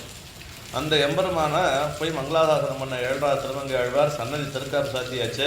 ஆழ்வார் போகிற காலத்தில் திறக்கணும்னு ஆசை, பெருமாளை சேவிக்கணும்னு ஆசை. எம்பெருமான் திறந்து சேவையாக ஆரம்பிக்கல. காசினுடைய அடுத்த பாசுரத்தை சொன்னார், ஆசை வழுவாதே துமக்கிங்கிழுக்காய் துமக்கே தேசமறி ஆளாய் தருகின்றோமுக்கு காசினுடையில் திகழும் வண்ணங்காட்டீர் எம்பெருமான் வாசிவல்லீர் இந்தளூரீர் வாழ்ந்தே போம் நீர் அப்படின்ட்டு போய்ட்டு, நீ சௌக்கியமா நீர் எனக்கு சேவை தரலையோ இல்லையோ நீ சௌக்கியமா இரு அப்படின்ட்டு போய்ட்டு. காசினுடையில் திகழும் வண்ணங்காட்டீர் எம்பெருமான் வாசிவல்லீர் இந்தளூரீர் வாழ்ந்தே போம் நீரேன்னு சாபம் கொடுத்துட்டு போனேன். சௌரியமாக இருந்துட்டு நீ எனக்கு சேவை கொடுக்காம சௌரியமாக இரு அப்படின்ட்டு போனேன். அப்புறம் பெருமாளை ஓடி போய் சேவை சாதிச்சார். அதுக்கு மேலே தீ எம்பெருமான் எனக்கே எம்பெருமான லீரோ நீர் இந்தளூரின் மேல் பாசரங்கள் போகிறது. அப்போ திருமங்காழ்வாரை போல கூடாமல் இருந்ததுனால பிரணய ரோஷத்தினால் காதலில் தலைவனுக்கும் தலைவியும் போச்சுட்டு தலைவனை திட்டுறது ஒன்றும் இல்லையா. கிம்துவா அவமன்யத வைதேகா பிதாமே மஞ்சளாதிபா ராமஜாமாதனம் பிராபிய ஸ்ரீயம் புருஷ விக்கிரகம்னு சீதையே சொல்லியிருக்கா. உன்னை போய் ஒரு பொம்பளைக்கு போய் என்னை கல்யாணம் பண்ணி வச்சுட்டா எங்கள் அப்பான்னு சொன்னாலும் இல்லை. இது பிரணய ரோஷத்தில் பேசக்கூடியதான பேச்சு, ஊடலில் பேசக்கூடியதான பேச்சு. அப்படி ஊடலில் பேசினா ஆழ்வார்த்துக்கு திருமங்கை ஆழ்வார் கூட ஊடலில் கூடாமல் போனோன்னா தன்னுடைய வடிவழகை காமிச்சு எனக்கே எம்பெருமான் அல்லீரோனின்னு பண்ணி வச்சு. அங்கே ஆழ்வார் நம்மாழ்வார் எம்பெருமானுடைய மேன்மையை நினச்சி கூடாமல் போனார். அப்போ தன்னுடையதான சௌலபியாதி குணங்களை காட்டி ஆழ்வாரை இழுத்தார். இங்கே திருமங்கை ஆழ்வார் பிரணய ரோஷத்தினால கூட மாட்டேன்னு போனார். அவருக்கு தன்னுடைய வடிவழகை காமிச்சு ஆழ்வாரை கூடும்படியாக பண்ணார். கூடாரை வெல்லும் சீர். ஏன்னா இன்னும் மூணாவது கூடாரை வெல்லும் சீர் என்னன்னா, நம்ம போல இருக்கவள் சூதனாய் கல்வனாகி தூர்த்ததோ டிசைந்த காலம் மாதரார் கலைகனன்னும் வளையில் பட்டெழுந்துவேனை போதார என்ன சொல்லி புந்துகில் புகுந்து தன்பால் ஆதரம் பெருக வைத்த அழகனூர் அரங்கம். திருமாலையில் தொண்டடை ஆழ்வார் காமிச்சு. நானும் எதையோ விஷயங்களில் கால் தாழ்ந்து சூதனாய் கல்வனாகி தூர்த்தரோடு இசைந்த காலம். அப்போ யார் யாரெல்லாம் சேரக்கூடாதோ, யார் யாரோட சேர்ந்து என்னென்ன காரியங்கள் பண்ணக்கூடாதோ அத்தனையும் பண்ணிட்டு மாதரார் கலைகன் என்னும் வளையுள் பட்டு அழுந்துவேனை. இப்போ ஒரு ஸ்திரீ சுகத்துக்கும் ஒரு அல்பமான விஷயங்களுக்காகவே போய் நான் அது பின்னாடி போயிட்டு உன்னை விட்டுட்டேன். அப்படி இருந்த என்ன நம்மெல்லாம் அப்படி தானே இருந்துட்டோம். அப்படி இருந்த என்ன போதாரே என்று சொல்லி புந்தையில் புகுந்து ஐயோ என்னை விட்டு போறியேன்னு பெருமாள் நினச்சிருந்தான். ஸ்ரீரங்கத்தில் பெரிய பெருமாள்னு ஒரு பைத்தியம் இருக்குன்னு இந்த ஆழ்வார் தான் சொன்னார். வைத்தவள் வினையில் நின்று மூன்னெழு துடைய பேரால் கத்திர பந்துமன்னே பராங்கதி கண்டு கொண்டான். இத்தனையும் அடியனானார்க்கு இரங்கணம் அரங்கனாய பித்தனை பெற்று வந்தோ பிறவையில் பிணங்குமாறே. அனங்கனாய பித்தனை பெற்றும்னர். அனங்கன் என்ற பெயருடையதான ஒரு பைத்தியம் இருக்கு நமக்காக. அந்த பைத்தியம் இருக்கிறச்சே கூட நாம் சம்சாரத்தை திருப்பி திருப்பி பிறக்கிறோமே, நாம் போய் சீக்கிரம் போய் பெரிய பெருமாளை சேவிக்க வேண்டாமா அப்படின்னு திருமாலையில் காமிச்சேன். அது மாதிரி போதாரே என்ன சொல்லி நானும் ஏதோ விஷயங்களில் கால் தாழ்ந்து போயின்னு இருக்கேன். அப்படிப்பட்ட என்ன என் புத்தியில் புகுந்து இது தப்பு, இது செய்யக்கூடாதுன்னு எனக்கு சொல்லி அன்பால் ஆதரம் பெருக வைத்த அழகன் தன்னிடத்திலேயே பிரீதியை உண்டாக்கினான். அப்போ நம்மளை போல இருக்கிறவர்களுக்கு தான் புத்தியில் புகுந்து நாம் எம்பெருமானை சேவிக்கணும்னு எத்தனையோ பாப்பங்களை பண்ணியிருக்கோம், எத்தனையோ பாப்பங்களை பண்ணிட்டு இருக்கோம். ஏதோ பண்ணிட்டுருக்கோம் இன்னும் விரதி ஏற்படலை. நமக்கு இது போகிறோம், நம்ம பண்ணது பாப்பம் இனிமேல் பண்ணக்கூடாதுங்கிற புத்தியெல்லாம் ஏற்படலை. அப்படி இருந்தால் கூட அதில் ஒரு அல்பமான ஒரு சுகுர்த்த விசேஷத்தினால நமக்கு ஒரு க்ஷணமாவது எம்பெருமானம் நினைக்கும்படியாக பண்ணி வைக்கிறானோ இல்லையோ, இது அவனுடைய கிருபை. அப்படி நாம் கூடாதவர்களை கூட தன்னுடைய வடிவழகையும் தன்னுடைய குணத்தையும் காட்டி கூடக்கூடியவன நம்மளை போல இருக்கக்கூடிய சாமானியர்களையும் கூட வைக்கக்கூடியதான சுபாவம் இருக்கிறதுனால கூடாரை வெல்லும் சீர். சரி, கூடார வெல்லும் சீர். நாலாவது ராவணாதிகள்லாம் எம்பெருமான் ஒரு கேவலேன பதாதினான்னு ஒரு காலில் ஒரு செருப்பு கூட போட்டுக்காமல் நடந்து வர ஒரு மனுஷன் எனக்கு எதிரான் இருந்தான். அவனை கூட தம்மன்னே ராகவம்பீரம் நாராயண மனாமயம்னு பேச வச்சானே. அப்போ இதுதானே கூடார வெல்லக்கூடியதான சீர்மை. இவ்வளவு இடம், அதாவது ஆழ்வார் போல நம்ம ஆழ்வார் போல இருந்தாலும் கூடார வெல்லக்கூடிய சீர்மை, திருமங்கை ஆழ்வார் போல இருக்கிறவாளுக்கும் கூடார வெல்லக்கூடியதான சீர்மை, அது நம்ம போல இருக்கிறவாளையும் கூடார வெல்லக்கூடியதான சீர்மை, ராவணாதிகளையும் கூடார வெல்லக்கூடியதான சீர்மை. இதில் இதை விட ஒரு சீர்மை ஒன்று இருக்குது. அது என்னென்னா, கூடார இடத்துல வெல்லுவன் கூடினார் இடத்துல தோற்பான். யார் யாரெல்லாம் அவனுக்கு சேர்ந்துட்டாளா அவனுக்கு இவன் தாசபூதனாயிடும். அப்போ எம்பெருமான் எப்படி இருக்காங்க? ஞானி தூ ஆத்மைவ மேமதம்னு கீதையில் 4 பேர் 4 விதமான காரணங்களுக்காக என்னை ஆசிரியிக்கிறான்னு சொன்னார் கீதாச்சாரி. சதுர்விதா பஜந்தே மாம் ஜனா சுகிருத்தினோர்ஜனா ஆர்த்தோ ஜிக்ஞாசு அர்த்தார்த்தி ஞானீச்ச பரத ரிஷபா. 4 பேர் 4 விதமான காரணங்களுக்காக ஆசிரியிக்கிறான்னு சொன்னவர். அதில் இந்த ஞானி இருக்கானே, அந்த ஞானியானவன் எப்படிப்பட்டவனாக இருக்கானா, எனக்கு ஆத்மாவாக இருக்கான் அப்படின்னு. ஆத்மா அப்படின்னு சொல்லிட்டா ஒரு சப்தத்தை சொன்ன மாத்திரத்திலேயே அதனுடைய தொடர்புடைய மிச்ச சப்தமும் தெரியும். இன்னும் கணவன்னு சொல்லிட்டா மனைவி இருக்கான்ங்கிறது தெரியும் சொல்லியும். அதே மாதிரி தகப்பன்னு சொல்லிட்டா பிள்ளை இருக்கான். அந்த ஒரு சப்தத்தை சொன்னால் இன்னொரு சப்தத்தினுடைய அர்த்தம் கிடைக்கும். இது மாதிரி சாகச்சாரிய நியமம்னு பேர். ஒன்றை சொன்னால் இன்னொன்று தானாக கிடைக்கும். அதே மாதிரி ஆத்மான்னு சொல்லிட்டா சரீரமும் கிடைக்கும். ஒன்று ஆத்மான்னு சொன்னால் அதோட சேர்ந்து இருக்கிறது எது? ஆத்மாவுக்கு சேர்ந்துருக்கிறது சரீரம், அதனால சரீரம்னு கிடச்சிடும்.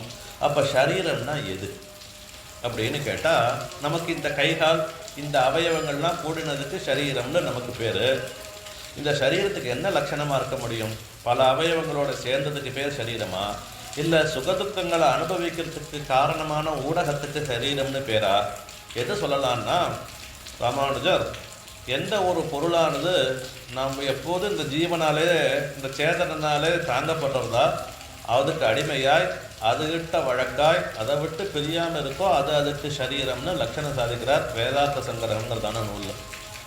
அந்த லட்சணத்தை வச்சு பார்த்தோம்னா, இப்போ எம்பெருமானுக்கு இந்த லோகம் பூர்த்தியாக சரீரம், நாமெல்லாம் எம்பெருமானிட்ட வழக்காய் எம்பெருமானுக்கு அடிமையாய் எம்பெருமானை விட்டு பிரியாதவர்களாக இருக்க வேண்டியது இருக்கிறதுங்கிறது நம்மளுடைய ஸ்வரூபம். ஆனால் எம்பெருமானுடைய இங்கே அபிப்பிராயம் தலைகீழ். ஞானித்து ஆத்மீவ மேமதம்னா, ஞானி எனக்கு ஆத்மான்னு எம்பெருமான் சொன்னான்னா ஞானிக்கு எம்பெருமான் சரீரமாக போகும். அப்போ ஞானியிட்ட வழக்காய் ஞானிக்கு அடிமையாய் ஞானியாலே தாங்கப்படுபவனாய் ஞானியை விட்டு பிரியாதவனா சர்வேஸ்வரன் இருக்கான்னு கிடைக்கும். அப்படி தான் அங்கே ராமானுஜர் வியாக்கியானம் பண்ணியிருக்கார் கீதா பாஷ்யத்தில். அதுக்கு தேசிகனும் தாத்பரிய சந்திரிக்கைன்னு ஒரு வியாக்கியானம் பண்ணார். அந்த தாத்பரிய சந்திரிக்கையில் இந்த விஷயங்கள்லாம் எடுத்து ரொம்ப விழாவாரியாக அதை விசாரம் பண்ணிருக்கு. இது சொல்ல வரும், அப்படி தன்னிடத்தை யார் யாரெல்லாம் கூடினார்களோ அவர்களிடத்தை தான் தோத்து போய் அவருக்கு ஏவல் செஞ்சுருக்கோம். அகம் வேத்தி மகாத்மானம் ராமம் சத்திய பராக்கிரமம் வசிஷ்டோபி மகாதேஜா ஏச்சேமே தபசிஸ்திதாக அப்படின்னு விஸ்வாமித்திர ரிஷி தசரதனுடைய சபையில் சொல்லி பெருமாளை சம்பாதிச்சுன்னு வந்தான். வந்து அர்த்தயோஜனம் சரையுடைய தட்சிண தடத்துக்கு வந்தோன்னா, கிரகான வருஷ சலிலம் மாபூத் காலச பர்யா குழந்தை தீர்த்தத்தை பிராசனம் பண்ணு, உனக்கு பலாதிபலான்னு ஒரு மந்திரத்தை உபதேசம் பண்ணுறேன் அப்படின்லாம் அந்த குழந்தை இந்த பெருமாள் இடத்துல பிரீத்தி ஜாஸ்தியாக போச்சு. பெருமாள் அவரிடத்துல எப்படி இருந்தார் அப்படின்னா, இமௌஷௌ முனிஷார்தூல கிங்கரௌ சமுபஸ்திதௌ யாக சம்ரக்ஷணம் ஆயிடுத்து. மாரீச்ச சுபாகுவ மாரீச்சனை தள்ளியாச்சு, சுபாகுவ சம்ஹாரம் பண்ணியாச்சு, எல்லா அசுரர்களையும் நிரசனம் பண்ணி யாகம் நல்லபடியாக முடிஞ்சிடுது. ராமலட்சுமணால் ரெண்டு பேரும் விஸ்வாமித்திர மகர்ஷியனுடைய திருவடியில் போய் ஒரு நுழைந்து சேவித்து பிரார்த்திக்கிறா. இமௌஷௌ முனிஷார்தூல கிங்கரௌ சமுபஸ்திதௌ, நாங்கள் ரெண்டு பேரும் உமக்கு வேலைக்காராள், நாங்கள் வந்திருக்கோம், இனிமேல் என்ன செய்யணும், மேலே என்ன காரியம் பண்ணணும்னு தேவரை நியமிக்கணும்னு நாங்கள் பண்ண காத்துருக்கோம். இமௌ ஸ்வௌ, ஸ்வௌங்கிற சப்தத்துக்கு ஸ்வம்னா சொத்துன்னு அர்த்தம். யார் சொத்தை உடையவனோ அவனுக்கு சுவாமின்னு பேர். ஸ்வம் இருக்கக்கூடியவனுக்கு சுவாமி, ஸ்வம்மை உடையவன் சுவாமி. ஸ்வம்னா சொத்து, சொத்தை உடையவனுக்கு சுவாமின்னு பேர். இமௌ ஸ்வௌ, நாங்கள் ரெண்டு பேரும் உமக்கு சொத்து. அப்போ சொத்துன்னு இருந்தால் அந்த சுவாமி இஷ்ட விநியோகம் பண்ணலாம். ஒருத்தன்ட்ட ஒரு 10 ரூபா பணம் இருந்ததுன்னா அதுக்கு அவன் சுவாமியாக இருந்தானா அந்த 10 ரூபாய் அவன் யாருக்கு வேணாலும் கொடுக்கலாம். இஷ்ட விநியோகார்கனாக இருக்கிறதுக்கு தான் சொத்துன்னு பேர். சொத்துங்கிற சப்தத்துக்கு என்ன அர்த்தம்னா, சுவாமியினாலே தான் இஷ்டப்பட்டபடி அதை செலவு பண்ணுவதற்கு அதிகாரம் உடையதுன்னு அர்த்தம். அப்போ அது மாதிரி சொத்தா பெருமாள் விஸ்வாமித்திரத்தை போய் நின்றார். இமௌ ஸ்வௌ முனிஷார்தூல கிங்கரௌ சமுபஸ்திதௌ, கிங்கரௌ உமக்கு வேலைக்காரர்கள், சமுபஸ்திதௌ வந்திருக்கோம், என்ன பண்ணணும், சாசனம் கரபாபகிம், நாங்கள் என்ன பண்ணணுங்கிறத தேவரை நியமிக்கணும், ஆர்டர் போடணும்னு பிரார்த்திச்சா பெருமாள் போய். சர்வேஸ்வரன் இப்போ விஸ்வாமித்திரருக்கு இந்த விஷயம் தெரியாதா? அகம்பேத்தி மகாத்மானும் பேசின விஸ்வாமித்திரர் இடத்துல எனக்கு ராமன் பரமாத்மானு தெரியும் அப்படின்னு பேசின விஸ்வாமித்திரர் ராமன்ட்ட எப்படி நடந்துக்கணும், பரமாத்மாட்ட நடந்துக்கணும்னா எப்படி நடந்துக்கணும், அப்படியா நடந்துட்டார். ஒரு குழந்தைகிட்ட நடந்துக்கிற மாதிரி தான் நடந்துட்டார். பெருமாளுமே அப்படியே நடந்துட்டார். பெருமாள் சர்வேஸ்வரனாக இருந்தால் தன்னோட விஸ்வாமித்திரர் தனக்கு கீழ்பட்டவன். அப்போ விஸ்வாமித்திரத்தை எப்படி நடந்துக்கணும், அப்படி நடந்துக்கல. ஏன்னா விஸ்வாமித்திரர் ஞானியாக இருக்கிறதுனால ஞானியிட்ட வழக்கா அவரிடத்தை தோற்று அவருக்கு ஏவல் பண்ணக்கூடியவராக பெருமாள் இருந்தார். அதனால் இமௌஷௌங்கிற வார்த்தை பேச முடியுது. அதான் கூடாரை எப்படி வெல்லக்கூடியதான சேர்மை இருக்கோ அதே மாதிரி கூடினாரிடத்துல தோற்கக்கூடியதான சேர்மை. கூடாரை வெல்லும் ஷீர் கோவிந்தா. கோவிந்தா இந்த கோவிந்த திருநாமம் இருக்கு, இது 3 அக்ஷரம். இந்த மந்திரத்தினுடைய பெருமை எப்படி இருக்குது அப்படின்னா, திரௌபதிக்கு இந்த திருநாமம் தானே புடவை சந்தது. கிருஷ்ண துவாரகாவாசின்னு கோவிந்த நிலையாச்சுதா அப்படின்னு பிரார்த்திச்ச. துவாரகா நிலையாச்சுதா கோவிந்த புண்டரீகாட்ச ரக்ஷமாம் சரணாகதம். துவாரகைக்கு எவ்வளவு சூதாட்டத்தை தோற்று போயாச்சு. திரௌபதியினுடைய துயில் உரியக்கூடிய காலத்தை, துச்சாசனம் துயில் உரியக்கூடிய காலத்தை கோவிந்த நாமத்தை தான் சொன்னான், நாராயணான்னு சொல்லலை. அதை இந்த கோவிந்த நாமம் என்ன பண்ணிட்டுன்னா, இருந்த இடத்துல இருந்து அவளுக்கு புடவை சொல்லுது. இதில் திருமால முதல் பாசுரத்தில் காவலில் புலனை வைத்து கலிதன்னை கடக்க பாய்ந்து நாவலில் துழிதருகின்றோம் நமந்தவர் தலைகள் மீது மூல உண்டுமிழ்ந்த முதல்வர் நின் நாமம் கற்ற ஆவலில் புலமை கண்டாய் அரங்கமா நகருளானே அப்படின்னு முதல் பாசுரம். அதில் பகவானுடையதான திருநாமத்துக்கு இருக்கக்கூடியதான வைபவம் என்னன்னு சொன்னார்கள். இந்த திருநாம வைபவம் சொல்றச்சு நின் நாமம் கற்ற ஆவலி புலமை, திருநாம தெரிஞ்சதான உண்டானதான பெருமை என்னன்னா நமந்தமர் தலைகள் மீதே உழிதருகின்றோம். யமகிங்கரருடைய தலைமையில காலை வச்சு நடந்து போற அளவுக்கு எங்களுக்கு ஒரு ஐஸ்வர்யம் கிடைச்சிருக்குன்னா உன் திருநாமம் கட்டதான பெருமைன்னு அங்கே ஆழ்வார் சாய்ச்சார். அந்த இடத்துல வியாக்கியானம் பண்றச்சே பெரியவாச்சாரிய வியாக்கியானத்துல இந்த திருநாமத்துக்கு நாமம்னு பேரு. திருநாமத்தை உடையவன் யார் திருநாமத்தினால குறிக்கப்படுறானோ அவனுக்கு நாமின்னு பேர். அப்ப நாமத்துக்கும் நாமிக்கும் என்ன வித்தியாசம்னார், இந்த திருநாமம் நாமத்தை உடைய நாமியா இருக்கக்கூடிய கிருஷ்ணனுடைய திருநாமம். இந்த திருநாமம் என்ன பண்ணிட்டு திருநாமத்தை உடைய நாமி என்ன பண்ணான்னு கேட்டுட்டு இந்த நாமியோடைய சுபாவம் புடவை எடுக்கிறது அவனுடைய சுபாவம், நாமத்தினுடைய சுபாவம் புடவை கொடுக்கறது சுபாவம். அப்போ புடவை எடுக்கிறது வேணுமா புடவை கொடுக்கறது வேணுமான்னு கேட்டார்கள். எங்கே புடவை எடுத்தார்னா வஸ்திராபகரணம்னு ஒரு லீல கிருஷ்ணாவதாரத்தில் பெருமாள் பண்ணார். இந்த கோபஸ்திரீகள்லாம் சரீரத்தில் வஸ்திரம் இல்லாமல் ஸ்நானம் பண்ணணும். விவஸ்திரேன ஸ்நாயாத்னு ஒரு சாஸ்திரம் இருக்குது. வஸ்திரம் இல்லாமல் ஸ்நானம் பண்ணக்கூடாது அப்படின்னு இருக்கு. அது அசாஸ்திரியமாக யமுனா நதியில் அந்த கோபஸ்திரிகள்லாம் வஸ்திரம் இல்லாமல் ஸ்நானம் பண்ணால் அவருடைய வஸ்திரங்கள்லாம் பெருமாள் மரத்து மேலே தூக்கி வச்சுட்டு அதுகளுக்கு ஒரு புத்திய பாடத்தை சொல்லி கொடுத்தாருன்னு வஸ்திராபகரண நிலையில் கிருஷ்ணாவதாரத்தில் பேசப்படுறது. அப்போ நாமியானவன் நாமத்தை உடையதான அந்த நாமி வஸ்திரத்தை பிடிக்கிட்டு போய் மரத்து மேலே வச்சுட்டான். அந்த கோபஸ்திரிகள்லாம் கேட்கும்படியாக பிரார்த்திச்சோன்னா அதுகளுக்கெல்லாம் வஸ்திரத்தை கொடுத்தான். பட்டை பணித்தருளாக நாச்சியார் அந்த 10 பாசுரங்களில் அந்த வஸ்திரத்தை எப்படி கோபஸ்திரிகள் கேட்டிருக்குங்கிறத பட்டை பணித்தருளாயின்னு 10 பாசுரங்களில் கேட்டிருக்கு நாச்சியார் திருமொழியில். இதே துவாரகையில் உட்காந்து சொக்கட்டா ஆடின்னு இருக்கா. அவள் திரௌபதி எங்கேயோ கத்துறா, ஹஸ்தினாபுரத்தை கத்துறா. கோவிந்த புண்டரீகாட்ச ரக்ஷமாம் சரணாகதம்னு இருந்த இடத்துலேருந்து அக்ஷயம்னு அவளுக்கு புடவை சொன்னது. அப்போ நாமத்தை சொன்ன மாத்திரத்திலேயே புடவை சொன்னது. நாமி என்ன பண்ணா இருக்கிற புடவையெல்லாம் உருவின்னு போய் வச்சுடும். அப்போ நாமியானது நாமி பலம் புடவை எடுக்கும், நாம பலம் புடவை கொடுக்கும். அப்போ புடவை எடுக்கிறது வேணுமா புடவை கொடுக்கறது வேணுமா, நாமம் வேணுமா நாமி வேணுமா நிர்ணயம் பண்ணிக்கொண்டோம். அப்போ ஆவலை புலமை நின் நாமம் கற்றா ஆவலை புலமை கண்டாய் அரங்கமா நகருளானே இந்த கோவிந்த திருநாமம் இருக்கே. இந்த கோவிந்த நாமத்தினால்தான் க்ஷத்ரபந்து மகா பாபிஷ்டனாக இருந்த க்ஷத்ரபந்து தன்னுடைய பிள்ளைக்கு கோவிந்தன்னு பேர் வச்சான். ஏதோ சுகிருத விசேஷத்தினால அந்த திருநாமத்தை சொல்லி இந்த பிள்ளைய பிராண பிரயாண காலத்தில் சரீரம் உழப்போறது. அப்போ இந்த எம்பெருமானுடைய திருநாமத்தை சொன்னதுனால அவன் மோட்சத்துக்கு போனான் அப்படின்னு அந்த புராணங்கள்லாம் பேசுறது. அதை ஆழ்வார் எடுத்து சொல்றார். மொய்த்தவள் வினையில் நின்று 3 எழுத்துடைய பேரால் கத்திரபந்து மன்னே பராங்கதி கண்டு கொண்டான்னு காமிச்சு. சத்திரபந்து அன்னே பராங்கதி கண்டு கொண்டான்னு காமிச்சு. அதனால இந்த திருநாமம் இருக்கு கோவிந்த திருநாமம். கிருஷ்ணாவதாரத்தில் கோவர்தனோத்தாரணம் பண்ணோன்னா பெருமாளுக்கு கோவிந்த பட்டாபிஷேகம் நடக்குது. கோவிந்த பட்டாபிஷேகம் கோவிந்தன்னு திருநாமத்தை சாத்திரார். யார் சாத்தினா அப்படின்னா இந்திரன், சாட்சாத் வஜ்ரஹஸ்தனான இந்திரன் பெருமாளுக்கு இந்த திருநாமத்தை சாத்தினான். அதனால் இந்த திருநாமத்தை அழைச்சி இந்த கிருஷ்ணாவதாரத்துக்குன்னு இருக்கக்கூடியதான அந்த திருநாமம் தனிப்பட்ட திருநாமமாக இருக்கக்கூடியதான இந்த கோவிந்தனுங்கிறதான திருநாமத்தை அழைச்சி இந்த பாசுரத்துலேருந்து 3 பாசுரங்களில் கோவிந்த நாமா சொல்ல போகிறார். அதில் முதல் கோவிந்த நாமம். இந்த கோவிந்த நாமத்துக்கு இருக்கக்கூடியதான பெருமையை சொல்கிறச்சே கூடாரை வெல்லும் சீர் கோவிந்தா அப்படின்னு சொன்னார். இந்த கோவிந்த நாமம் எப்படி இருக்குது அப்படின்னா அஷ்டாட்சரம் சர்வம் அஷ்டாட்சராந்தஸ்தம்னு சொல்லியிருக்கு நாரத கல்பத்தில். அஷ்டாட்சர மந்திரத்தினால சித்திக்காத ஒரு சித்தியே இல்லை. அப்படிப்பட்டதான வசந்த மந்திரமாக அஷ்டாட்சரம் சொல்லியிருக்கு. இந்த அஷ்டாட்சர மந்திரமே எந்த மந்திரத்தை கண்டா பயப்படும்னா அந்த கோவிந்த நாமத்தை கண்டா பயப்படுமோ. அப்போ அஷ்டாட்சரம் ரொம்ப வைதிகமான மந்திரம். அது சொல்கிறதுக்கு எவ்வளவோ நியமங்கள், இந்த மந்திரத்தை புரச்சரணம் பண்ணுறதுக்கு எவ்வளவோ நியமங்கள் இருக்குது. அதெல்லாம் எதுவுமே வேண்டாது. மொய்த்தவள் வினையில் நின்று 3 எழுத்துடைய பேரால் கத்திரபந்து மண்ணை எவ்வளவு பாபியாக இருந்தாலும் எப்பேற்பட்டதான ஒரு இதுவாக இருந்தாலும் வரக்கூடாத ஒரு நிலைமையில் இருந்தால் கூட எவ்வளவு தீட்டு இருந்தாலும் இந்த திருநாமம் பலதான் கொடுக்கும். அஷ்டாட்சரம் அப்படி பண்ணாது. ஏன்னா ஸ்நாதையா இருக்க செய்தியையும் திரௌபதி பண்ண பிரபத்தி பலித்ததிரேன்னு வியாக்கியானம் விட்டார்கள். திரௌபதி இந்த வஸ்திராபகரணம் நடக்கிறச்சே திரௌபதி பகிஷ்டையாக இருந்தார். வீட்டுக்கு வரக்கூடாது, வீட்டுக்கு விளக்காக இருந்த திரௌபதி தான் இந்த திருநாமத்தை சொன்னார். அப்போ அதுக்கு சுத்தி கூட அவசியம் இல்லை, சுத்தியாக இல்லை. சரீரத்தில் சரீர ரீதியாக சுத்தியாக இல்லாத காலத்தில் கூட இந்த திருநாமத்தை சொன்னதுனால அவளுக்கு பலவியாப்தி கிடச்சிது. இப்படி இந்த திருநாமத்தினுடைய பெருமை இருக்கிறபடியினால கோவிந்த நாமத்தை பேசுகிறார்கள். கூடாரை வெல்லும் சீர் கோவிந்தா உந்தன்னை பாடி பறை கொண்டு யாம்பெரு சன்மானம்.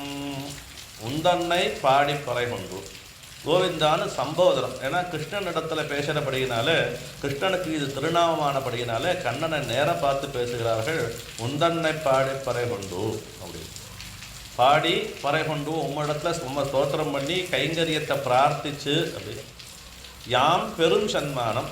பெருங்கிற சப்தத்துக்கு நாங்கள் அடையக்கூடியதான சன்மானம்னு ஒரு அர்த்தம். இல்லை பெரும் சன்மானம்னா இப்போ நாடு புகழும் பரிசாக இருக்கிறதுனால சாமான்யமாக துளியோண்டெல்லாம் இல்லை, ரொம்ப பெருசு. பெறக்கூடிய சன்மானமும் ரொம்ப பெரிய சன்மானம். அதனால் பெரும் சன்மானம்னா பெரியதான சன்மானம், பெறக்கூடியதான சன்மானம் அப்படின்னு ரெண்டு அர்த்தம். இந்த ரேப்பை மாறது, சின்னதாக பெரியதை போடணும், அவ்வளோதான். அப்போ இந்த கூடாரை வெல்லும் சீர் கோவிந்தா உந்தன்னை பாடி பறை கொண்டு யாம் பெரும் சன்மானம் நாடு புகழும் பரிசு. அந்த சன்மானம் எப்படிப்பட்டதாக இருக்குது? பாரோர் புகழ படிந்துன்னு கீழே முதல் பாசுரத்தில் எல்லாரும் கொண்டாடபடியாக படிஞ்சா நாம் எப்படி செய்கிறோமோ அதை மாதிரி பலன் கிடைக்க போகிறது. தத்கிருத நியாயம்னு சொன்னேன் இல்லையா? எப்படி யாகத்தை பண்ண போகிறோமோ அது மாதிரி பலன் அதுக்கு. அது மாதிரி தான் பாரோர் புகழ படிந்தேன்னா பெரும் சன்மானம் நாடு புகழும் பரிசாக கிடைக்கப்போம். இப்போ எல்லாரும் கொண்டாடும்படியாக இந்த பிரபத்தியில் கை வச்சோமாகில், எல்லாரும் கொண்டாடக்கூடிய பிரபத்தியில் கை வைத்தோமாகில் நமக்கு என்ன கிடைக்க போகுதுன்னா நாடு புகழும் பரிசினால் நன்னாக லோகமே கொண்டாடும்படியான ஒரு பரிசை கொடுக்க போகிறோம். அது என்ன பரிசு அப்படின்னா தைஹி மோக்ஷ மார்க்கே தத்த பலிஹின்னு. எதில் அப்படின்னா நமஹதி அசானநாகம் சச்சம் தாசானம் அச்சு அம் டிரஜோயும் கலுல நகிதட தமாலம் அகிந்தன அஹோ சஹா லேக்கயுத்தம். இது சம்ஸ்கிருதம் இல்லை, தமிழும் இல்லை, பிராகிருதம்னு ஒரு பாஷை. பிராகிருதம்ங்கிற பாஷையில் சுவாமி வேதாந்த தேசிகன் ஒரு 100 ஸ்லோகம் பண்ண. அதாவது கொச்ச சம்ஸ்கிருதம், ஜெயினர்களுடையதான பாஷை. ஜெயினர்கள் இந்த பாஷையில் பேசுவார்கள், பௌத்தர்கள் பாலிங்கிற பாஷையில் பேசுவார்கள். தேசிகன் ஜெயினர்களுடைய பாஷையாக இருக்கக்கூடிய இந்த பிராகிருதத்தில் இந்த தேவநாதன் விஷயமாக ஒரு 100 ஸ்லோகத்தை பண்ண. அச்சுய சயம் அப்படிங்கிற அந்த ஸ்லோகத்தில் அதில் கிங்கர சுச்ச தொயிதுரச அம்பு கேகினி விலாசவாயுத்திமகி பனியா பாலேனமயே பஞ்சரசு அஜப்பியம்ப குணவு பசாவும் அப்படின்னு ஒரு பிராகிருதத்துலேயே அந்த ஸ்லோகத்தை சாதிச்சுன்னு வரார். அதில் ஆச்சரியமான ஒரு ஸ்லோகம். ஏன்னா தேவா தத்த பலிகின்னு, நான் இங்கேருந்து யாகம்லாம் பண்ணி 100 சோமயாகம்னு அந்த சோமம்னு சொல்லக்கூடியதான யாகத்தை 100 யாகம் பண்ணணும். 100 யாகம் பண்ணி நான் சொர்க்கத்துக்கு போகலாம். சொர்க்கத்துக்கு போனானா தேவானாம் பசுசமானஹா ஜந்து கந்தூன தேவநாத தபபதம்ங்கிற ஸ்லோகம். இங்கேருந்து கஷ்டப்பட்டு இந்த சொர்க்கத்துக்கு போனேன்னா இந்த இந்திராதிகள்லாம் என்னை எப்படி பார்ப்பேன்னா ஆடு மாடு மாதிரி பார்ப்பேன். சொர்க்கலோகத்தில் கொல்லையில் கொண்டு போய் கட்டுவாங்க. அதுக்காக நான் கீழே எவ்வளவு பசிப்பட்டினி இருந்து இந்த யாகத்தை பண்ணணும். அதே உன்னுடைய திருவடியை ஆசிரியிச்ச காரணத்தினால மோட்ச மார்க்கத்தை நீ என்னை கையை பிடிச்சி அழைச்சிட்டு போகிற. அப்போ கதிரவர் அவரவர் கை நிறை காட்டின்னு அந்த எந்த இந்திராதிகள்லாம் இந்த ஆடா மாடா பார்த்தார்களோ அவர்கள் பூர்ண கும்பம் வச்சுட்டு என்னுடைய திருவடி விளக்கி என்னுடைய கால அளவின தீர்த்தத்தை பிராசனம் பண்ணுறான். இப்போ இந்த பெருமை எதனால் வந்தது? நாடு புகழும் பரிசுங்கிறது இதுதான். அப்போ எந்த நாடு என்னை ஹேளனமாக பூர்பல புக்கும் புகாதும் உலகோர் சிரிக்க நின்னாடி ஆரம்பம் பெருகிக்கு நிற்பர் பித்தரன்னே பிறர்கூற. இது எப்போ பார்த்தாலும் பைத்தியம் மாதிரி பகவன் நாமாவை சொல்லிட்டு இருக்குன்னு லோகத்தில் பைத்தியம்னு சொல்லணும்படியாக இருக்கணும். அந்த பைத்தியம் நமக்கு வேணுங்கிறார். இப்படி இருந்தால் அவர் எப்படிப்பட்டவராக இருக்கார்? பித்தரன்னே பிறர்கூற ஊர்பல புக்கும் புகாதும் உலகோர் சிரிக்க நின்றாடி ஆர்வம் பெருகி குனிப்பர் அமரர் தொழப்படுவார். நித்திய சூரிகளாலே தொழப்படுபவர்களா இந்த சூரிய சேவியர்களா அவர்கள் அப்படின்னு காமிப்பார். அப்போ நாடு புகழும் பரிசு அப்படின்னா எல்லா நாடும் நமக்கு எதெல்லாம் நம்மளை ஒரு பசுவாக பார்த்ததோ விலங்குக்கு சமமாக நம்மளை பார்த்ததோ அந்த நாடு நம்ம காலில் விழும்படியாக பண்ணி வச்சதான பரிசு எதுன்னா பகவானுடையதான சமாசிரயணம், எம்பெருமான ஆசிரியிக்கிறது தான் அப்படி பண்ணி வச்சதுன்னு காமிச்சார். கோவிந்தா கூடாரை வெல்லும் சீர் கோவிந்தா உந்தன்னை பாடி பறைகொண்டு யாம்பரு சன்மானம் நாடு புகழும் பரிசுனால் நாடு புகழும் பரிசுன்னா இந்த பரிசு சாமானியமாக இருக்கக்கூடாது, நன்றாக ரொம்ப ஆச்சரியமாக இந்த ஊரில் கிடைக்காத பரிசாக இருக்கணும். நாடு புகழும் பரிசுனால் நன்றாக, பரிசுதோ அல்பமாக கிடைச்சிடக்கூடாது, நன்றாக கிடைக்கணும்னா சமிருத்தியாக கிடைக்கணும்னு சூடகமே தோள்வளையே தோடே செவிப்பூவே பாடகமே எந்தனைய பல்கலனம். சூடகமே தோள்வளையே தோடே செவிப்பூவே பாடகமே எந்தனைய பல்கலன் அப்படின்னு சொன்னதுனால 5 விஷயங்களை கேட்குறேன். இது 5க்கு தான் பஞ்ச சம்ஸ்காரம் அப்படின்னு சொல்லக்கூடிய இங்கே பண்ணக்கூடியதான 5 விதமான சம்ஸ்காரம். இந்த 5 சம்ஸ்காரங்களில் முதல் சம்ஸ்காரத்துக்கு புண்ட சம்ஸ்காரம்னு ஒன்று, தாப சம்ஸ்காரம்னு ஒன்று, நாம சம்ஸ்காரம்னு ஒன்று, மந்திர சம்ஸ்காரம்னு ஒன்று, அப்புறம் தாச சம்ஸ்காரம், மந்திர சம்ஸ்காரம் அது திருவாராதம். 5 சம்ஸ்காரங்கள் சொல்கிறது. யாக சம்ஸ்காரம்னு ஒன்று. இந்த 5 சம்ஸ்காரங்களை தான் இங்கே 5 இதுவாக கேட்குறேன். சூடகம் அப்படின்னா சூடகம்ங்கிறது நெத்தியில் சாத்திக்கக்கூடியதான ஒரு ஆபரணம். அப்போ முதல்ல இந்த பஞ்சசம்ஸ்காரத்தில் சமாசன ஆச்சாரியனிடத்தில் போய் சங்க சக்கர லாஞ்சனம் பண்ணிக்கிறோம். அப்போ ஆச்சாரியன் அன்னிலேருந்து திருமணிட்டு விடுறார். இந்த திருமணம் இங்கே முதல்ல நெத்தியிலேருந்து ஆரம்பித்து 12 இடங்களில் சரீரத்தில் இட்டுக்கிறோம். இதுக்கு சூடகம்னு பேர். நெத்தியில் இட்டுக்கிறதுக்கு பேர் சூடகம். இது எல்லோரும் ஏன்னா லோகத்தில் எல்லாருக்கும் நெத்தியில் திருமணம்னாலே இவன் வைஷ்ணவன்னு தெரிஞ்சுக்கிறது. அப்போ நாடு புகழும் பரிசினால் நன்னாக சூடகம்னு.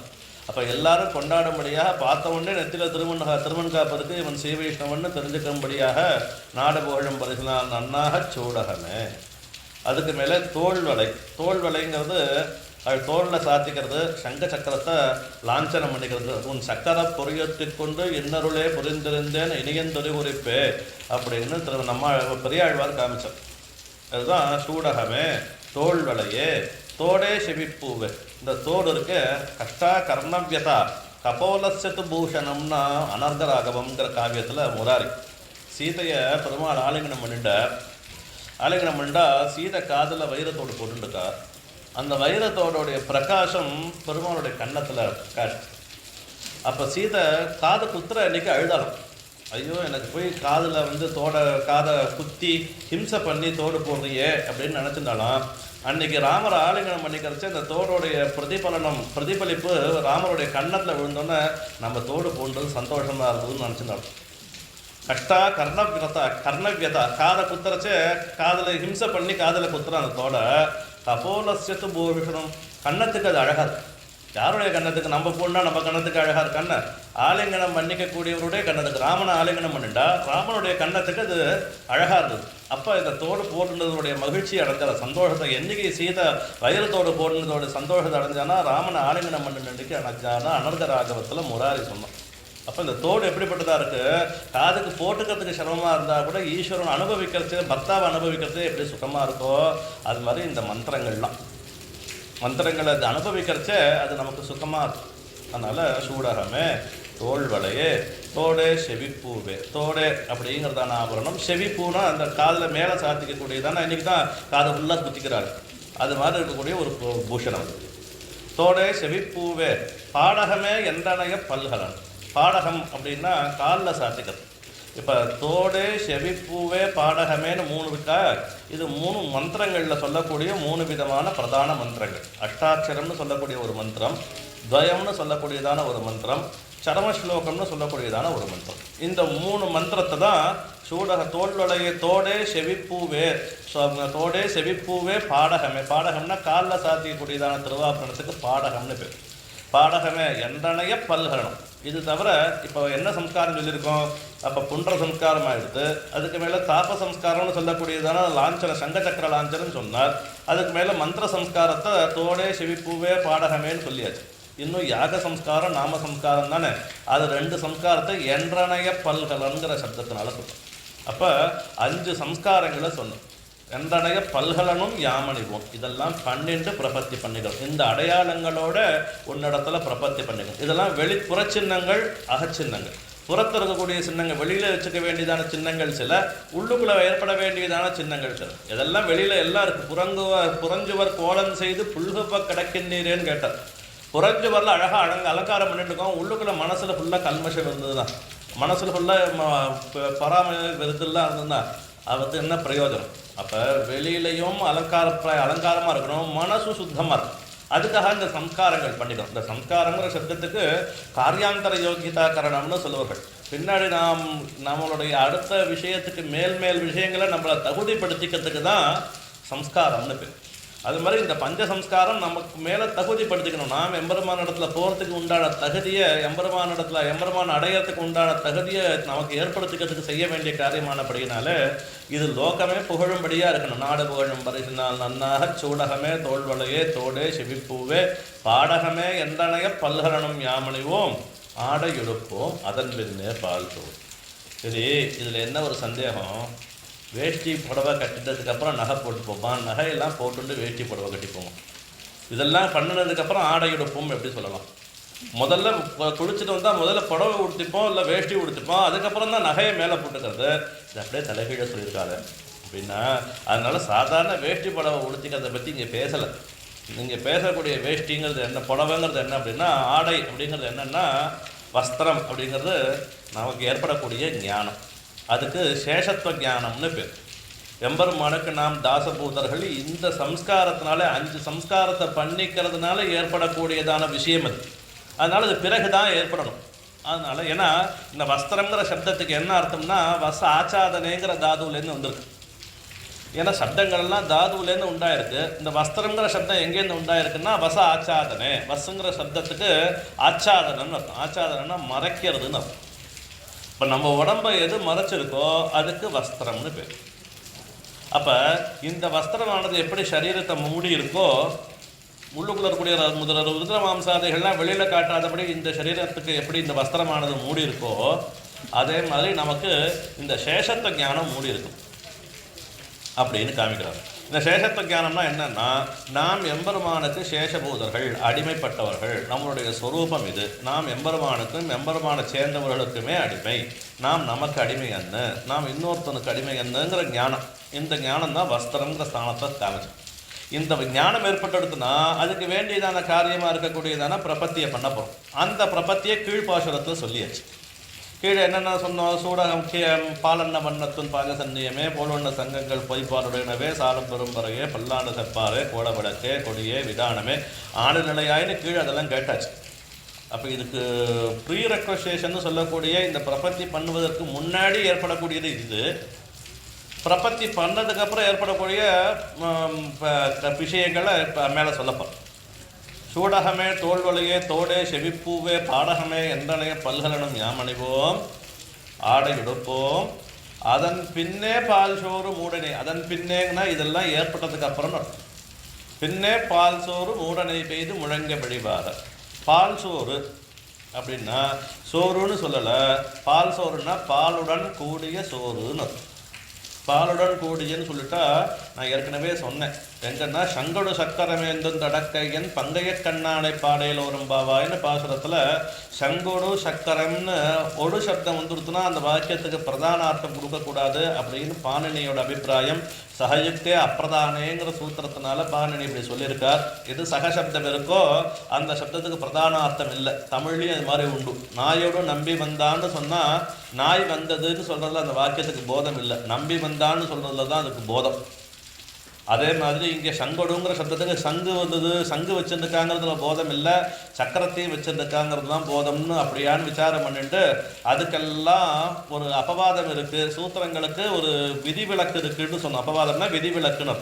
என்ன விதிவிலக்குன்னா பாலுடன் கூடிய அன்னத்தை சாப்பிடுகிறேன்னு சொன்னான்னா அப்போ பாலையும் சாப்பிட்றான் அன்னத்தையும் சாப்பிட்றான், ரெண்டையும் கூடி இருக்கிறது தான் அந்த அன்னத்துக்கு சிறப்பு. வெறும் சாப்பிட்டா சிறப்பு சொல்ல போகிறதில்ல.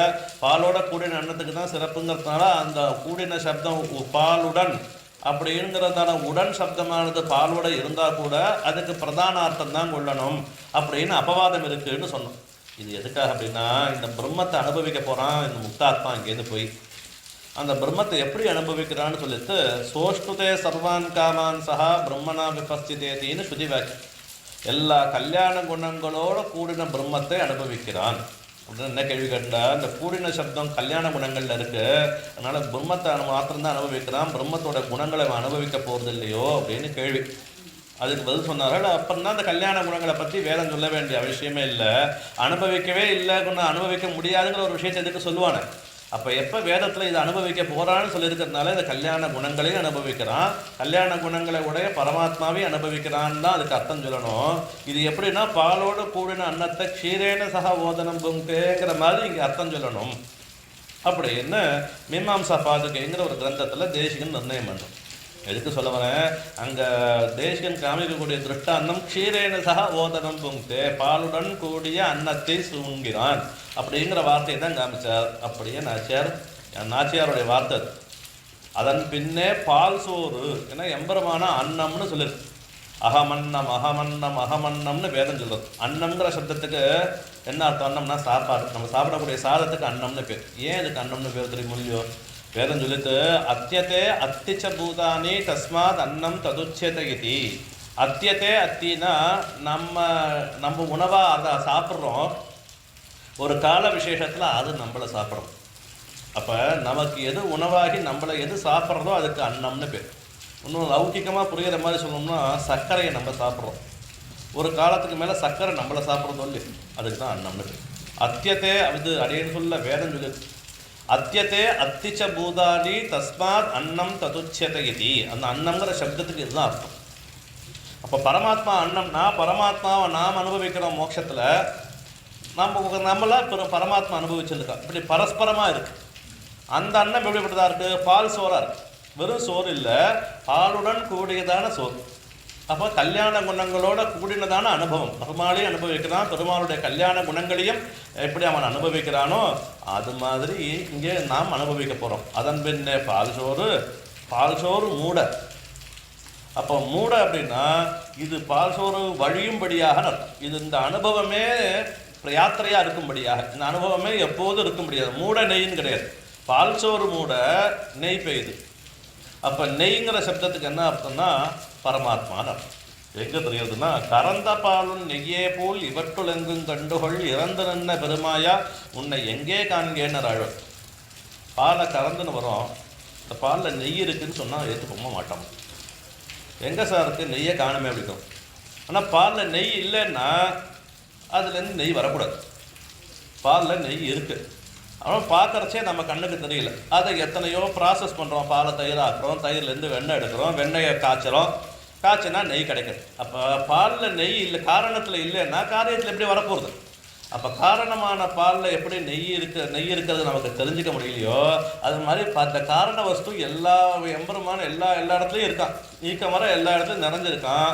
அவனை நம்மளால் தெரிஞ்சிக்க முடியல. எப்படின்னா கறந்த பாலும் நெய்யே போல் இவற்றுள் எங்கும் கண்டுகொள்னு ஆள். அப்போ நெய்ங்கிறது எதுனா எப்படி? நெய்ங்கிறது பரமாத்மா ஸ்தானம். பரமாத்மாவை எப்படி தெரிஞ்சிக்க முடியல? எல்லா இடத்துலையும் இருந்தாலும் தெரிஞ்சிக்க முடியலையோ, பாலில் இருந்தாலும் எப்படி நெய்யை தெரிஞ்சிக்க முடியலையோ அது மாதிரி பரமாத்மா எல்லா இடத்துல இருந்தாலும் நம்மளால் தெரிஞ்சிக்க முடியல. அப்படின்னு நெய் ஸ்தானத்தில் பரமாத்மா வச்சேன் நம்மாழ்வார் சொன்னார். அதே மாதிரி இங்கே அதன் பின்னே பால் சோறு மூட நெய் பெய்து முழங்க வழிபாட கூடியிருந்து கலகுலந்தே ரொம்ப. இதுவே யாத்திரையாக போய் இந்த பரமாத்மா அனுபவமே நமக்கு தொடர்ச்சியாக கிடைச்சி கூடியிருந்து தனியான கிடையாது. சாஷ்டித்தைன்னு பேர். இருக்கு ஒரே சமான போகம். எம்பெருமானுக்கும் நமக்கும் போகம் ஒன்றா இருந்தது. அதுக்கு சமான போகம்னு பேர். இந்த சமான போகம் எப்படி இருக்கணும்னா சமஸ்தலத்தில் இருக்கணும். இப்போ ஒரு ராஜா இருக்கான். ராஜாவோட திருமப்பள்ளியில் சமயக்கட்டில் பரிச்சாரகர் ராஜாவுக்கு வேண்டியதான ஆகாரங்கள்லாம் பண்ணித்தரான். அந்த சாப்பிட்டது போக மிச்சத்தை இந்த சமயக்காரனும் 2 வாயில் போட்டுக்கிறான். அப்போ போகம் சமமாக கிடச்சிது. ராஜா என்ன சாப்பிட்டானோ, என்ன முந்திரி பருப்பும் நெய்யும் சாப்பிட்டானோ அதை தான் இவனும் சாப்பிட்டான். ஆனால் ராஜாவோட உட்காந்து சாப்பிட்டானான்னு ராஜா ஒரு இடத்துல சாப்பிட்டான். அவன் சாப்பிட்டு போனப்புறம் மிச்சம் இருக்கிறத இவன் எடுத்து வாயில் போடணும். அப்போ போகம் ஒன்றா இருந்தால் கூட ஒரே பக்கத்தில் ராஜா பக்கத்துலேயே டைனிங் டேபிளில் உட்காந்து இவனால் சாப்பிட முடியுமோ? அப்படி சாப்பிட்ணுன்னா அவன் ராஜகுமாரனாக இருப்பான். நாம் எம்பெருமான் நம்மளை ராஜகுமாரனாக வச்சுருக்கான். அதனால் தனக்கு கிடைக்கக்கூடிய போகத்தை அவனோட உட்காந்து சாப்பிட்லாம். அவனுக்கு கிடைக்கிற போகத்தை சாப்பிட்றது பெரிய விஷயம் இல்லை. அந்த போகத்தை அவனோட உட்காந்து சாப்பிட கிடைக்கிறது இல்லையா, இதுக்கு தான் சாயுஜ்யம்னு பேர். இதுக்கு தான் மோட்சம்னு பேர். இப்போ பெருமாளுக்கு கிடைக்கக்கூடிய ஆனந்தத்தை என்ன இப்போ பெருமாளுக்கு இந்த லோகத்தை சிருஷ்டி பண்ணி ஸ்திதி பண்ணி சம்ஹாரம் பண்ணி என்ன ஆனந்தம் கிடைக்கிறதோ அந்த ஆனந்தத்தை நம்ம ஒன்றுமே பண்ணாமல் கிடைக்கிறது. அப்படின்னா தகப்பன் ஒரு குடும்பத்தில் போய் உத்தியோகத்துக்கு போய் சம்பாதிச்சு பணங்காசை சம்பாதிச்சு கொண்டு வந்து வீட்டுக்கு வேண்டிய வஸ்துக்கள்லாம் வாங்கி போடுறான். அம்மா சமையல் பண்ணுறான்னா என்ன தளியை பண்ணுறான்னா என்ன குழம்பு சாத்துறது பண்ணுறாலோ, குழம்பு ரசம் என்ன பண்ணுறாலோ அதே தான் அப்பாவுக்கும் சம்பாதிக்கிறவனுக்கும் வியாபாரம் பண்ணி சம்பாதிக்கிறவனுக்கும் அதே குழம்பு ரசம் தான். ஒன்றும் இல்லை, குழந்தை விளையாண்டுக்கான், ஒரு வேலைக்கும் போகிறதில்ல, அந்த குழந்தைக்கு அதே குழம்பு ரசம் தான்.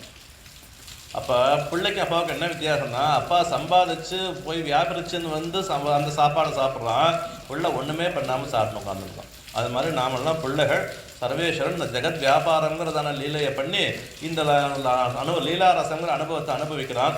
அவன் வியாபாரம் செஞ்சு அனுபவிக்கிறான். நம்ம வியாபாரம் செய்யல, சர்வேஸ்வரனோட உட்காந்து குழந்தை அப்பாவோட ஒரே பக்கத்தில் உட்காந்து எப்படி சாப்பிட்றானோ அது மாதிரி நானும் எம்பெருமானோட உட்காந்து சாப்பிட்றோம். இந்த அனுபவத்தை அனுபவிச்சுருக்கான். அதுக்கு தான் மோட்சம்னு பேர். அப்போ மூட நெய் பெய்து முழங்கி வழிவார கூடியிருந்து குழந்தேலோரம்பாவா, இப்படி எம்பெருமானோட கூடியிருந்து நம்மளுடைய சம்சார தாபங்கள் எல்லாம் போய் நாம் எம்பெருமானோட இப்படி கலந்து பரிமாறணும் அப்படிங்கிறதாக இந்த மோட்சஸ்வரூபம் எப்படி இருக்கும் அப்படிங்கிறத பற்றி ரொம்ப ஆச்சரியமாக இந்த பாசுரத்தை சாதிச்சார். கோடாரை வெல்லும் சீர் கோவிந்தா உந்தன்னை பாடிப்பறை கொண்டு யாம் பருசன்மானம் நாடு புகழும் பரிசினால் நன்னாகச் சூடகமே தோல்வளையே தோடே சிவிப்பூவே பாடகமே என்றனைய பல்கலனும் யாமணிவோம் ஆடையுடுப்போம் அதன் பின்னே பால் சோறு மூடனை பெய்து முழங்கி வழிவாத கூடியிருந்து குழந்தேலோர் எம்பாவாய். கவிதார்க்கிக சிம்ஹாய கல்யாண குணகாரணே ஸ்ரீமதே வெங்கடேஷாய வேதாந்த குரவே நமः.